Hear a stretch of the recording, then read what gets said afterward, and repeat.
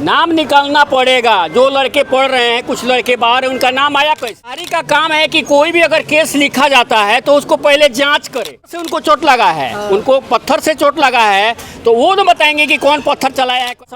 अगर है, जिंदा है अगर प्रशासन, एसपी साहब है, डीएम साहब है, या फिर यहाँ पे निर्दोष लोगों की नाम आया है। जो मेला में नहीं थे उनका भी नाम आया है। जो दुकान ला के पकौड़ी समोसा दूसरे जगह बेच रहे थे उनका भी नाम आया है। देखिए, प्रशासन जहाँ पीटा जाता है, प्रशासन जहाँ पीटती है, पथराव में या पटना गांधी मैदान हो या फिर बहुत जगह रैलियाँ होती है, लोग सड़क जाम करते हैं अन्याय के खिलाफ, तो प्रशासन किसी का भी नाम दे देती है, नया बात नहीं है। लेकिन मैं प्रशासन से कहना चाहता हूँ कि वहाँ रोड पर बहुत सारे सीसीटीवी लगे हुए हैं।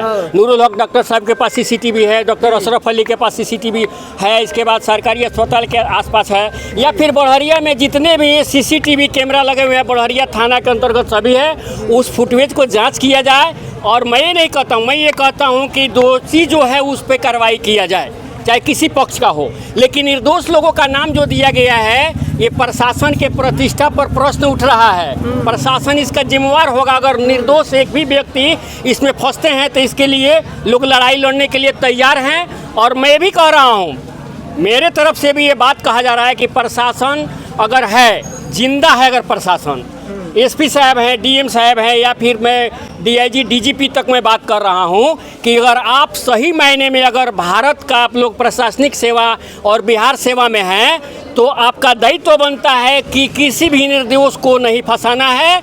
आप सीसीटीवी फुटेज को बढ़हरिया में जो है जा करके इसको जांच कीजिए। और जांच में जो दो पत्थर चलाते हुए, लाठी चलाते हुए जो पकड़ा जाता है या तोड़ फोड़ करते हुए पकड़ा जाता है, उस पर कार्रवाई हो। इन्हीं दो शब्दों के साथ मैं अपनी वाणी को विराम देता हूं। जो बहुत सारे नाबालिग लड़के फंस गए हैं, जो बाहर में रहते हैं, वो फंस गए हैं, तो ये जो उसके लिए क्या उपाय किया जाएगा? अब देखिए, कहने का तात्पर्य है कि नाबालिग लड़के जो फंसे हुए हैं या जो बाहर में फंसे हुए हैं, तो प्रभारी का काम है कि कोई भी अगर केस लिखा जाता है तो उसको पहले जाँच करे।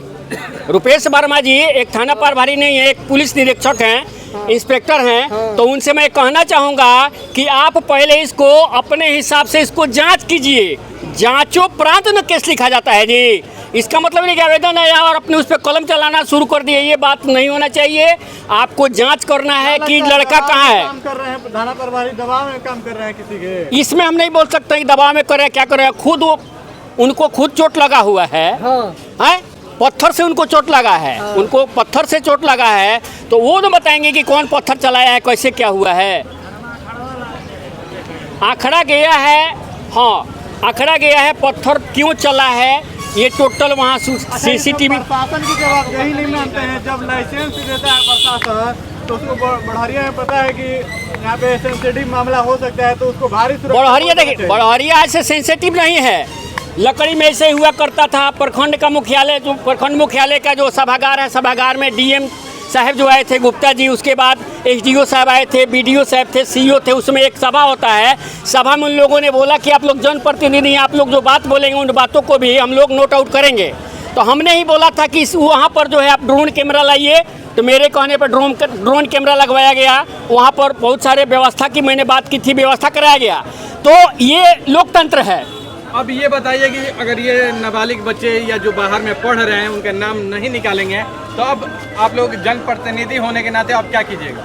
नाम तो निकलेगा, नाम निकालना पड़ेगा। जो लड़के पढ़ रहे हैं, कुछ लड़के बाहर हैं, उनका नाम आया कैसे? ऐसा तो लग रहा है कि साजिश के तहत कोई नाम दे दिया होगा।